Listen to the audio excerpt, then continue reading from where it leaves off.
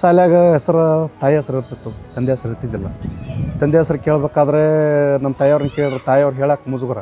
ಯಾವ ಥರ ಹೇಳ್ಬೇಕಪ್ಪ ನಮ್ಮ ಮಗಗೆ ಈ ಥರ ಪರಿಸ್ಥಿತಿನ ಎದುರಿಸ್ಕೊಂಡು ನಾವು ಒಬ್ಬನೇ ಅಲ್ಲ, ನಮ್ಗಿಂತ ಈ ನಮ್ಮ ಹೆಣ್ಮಕ್ಳು ಇರ್ತಾರಲ್ಲ, ನಮ್ಮ ಅಕ್ಕ ತಂಗಿ ಇವ್ರದ್ದೆಲ್ಲ ತೀರ ಕೆಟ್ಟ ಹೀನಾಯ ಪರಿಸ್ಥಿತಿ. ಜನ ಯಾವ ಥರ ಅಂದರೆ ಅವ್ರನ್ನೂ ದೇವದಾಸಿ ಮಕ್ಕಳಂದರೆ ಅವ್ರನ್ನೂ ಆ ಥರ ನೋಡೋ ಪರಿಸ್ಥಿತಿ. ಕೆಲವೊಂದಿಷ್ಟು ತಾಯಂದರು ದೇವ್ರ ಹೆಸರುಗಳನ್ನು ಇಟ್ಬಿಟ್ಟಿದ್ದಾರೆ, ತಂದೆ ಹೆಸರು ಅಂತ ಕೇಳ್ತಾರೆ. ಹನುಮಪ್ಪ, ದುರ್ಗಪ್ಪ, ಇಲ್ಲ ಚಿಕ್ಕಪ್ಪ ದೊಡ್ಡಪ್ಪ ಹೆಸರುಗಳನ್ನು ಹಾಕಿಬಿಟ್ಟಿದ್ದಾರೆ. ಈಗ ಅಷ್ಟೇ ಅಲ್ಲದೆ ಹೊಸ ಆ್ಯಕ್ಟ್ ಕೂಡ ಒಂದು ತಂದಿದ್ದಾರೆ, ಒಳ್ಳೆ ಡಿಸಿಷನು. ಇಷ್ಟುವರೆಗೆ ತಂದಿರ್ತಕ್ಕಂಥ ಆ್ಯಕ್ಟ್ಗಳು ನಮ್ಮ ತಾಯಂದಿರಿಗೆ ಶಿಕ್ಷೆ ಆಗೋ ಥರ ಇತ್ತು.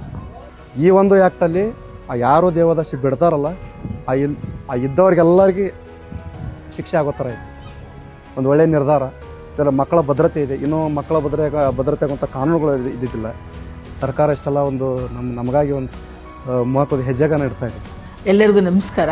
ಇವತ್ತು ನಮ್ಮ ಇಡೀ ರಾಜ್ಯದಲ್ಲಿ ಇರ್ತಕ್ಕಂಥ ನಮ್ಮ ಮಾಜಿ ದೇವದಾಸಿಯರ ಮತ್ತು ಅವರ ಮಕ್ಕಳ ಶೈಕ್ಷಣಿಕ, ಸಾಮಾಜಿಕ, ಆರ್ಥಿಕ ಹಾಗೂ ಔದ್ಯೋಗಿಕ ಕ್ಷೇತ್ರಗಳಲ್ಲಿ ಎಲ್ಲ ಸವಲತ್ತುಗಳು ಅವ್ರಿಗೆ ಸಿಗಬೇಕು ಅಂತೇಳಿ, ಯಾವುದೇ ಒಂದು ಸವಲತ್ತಿನಿಂದ ಅವರು ವಂಚಿತರಾಗಬಾರ್ದು ಅಂತೇಳಿ ಸರ್ಕಾರ 2025ರಲ್ಲಿ ಮತ್ತೆ ದೇವದಾಸಿಯರ ಒಂದು ಪುನರ್ ಸಮೀಕ್ಷೆಯನ್ನ ಮತ್ತೆ ಪ್ರಾರಂಭ ಮಾಡಿರ್ತಕ್ಕಂಥದ್ದು. ಮಾಜಿ ದೇವದಾಸಿ ಸಂಬಂಧಪಟ್ಟ ಎಲ್ಲರೂ ಕೂಡ ಅದರಲ್ಲಿ ಭಾಗವಹಿಸಬೇಕು. ಇದೆಲ್ಲ ಕೂಡ ಮಾಡ್ತಾ ಇರ್ತಕ್ಕಂಥ ಈ ಸರ್ಕಾರದ ಒಂದು ಆಶಯ, ನೀವು ಸರ್ಕಾರದ ಸೌಲಭ್ಯಗಳಿಂದ ವಂಚಿತರಾಗಬಾರ್ದು, ಇವೆಲ್ಲ ಸೌಲಭ್ಯಗಳನ್ನ ಪಡ್ಕೋಬೇಕು. ಹಾಗಾಗಿ ತಾವೆಲ್ಲ ದಯವಿಟ್ಟು ಸಹಕರಿಸಬೇಕು ಅಂತೇಳಿ ತಮ್ಮಲ್ಲಿ ಮನವಿ ಮಾಡಿಕೊಳ್ಳೋದು.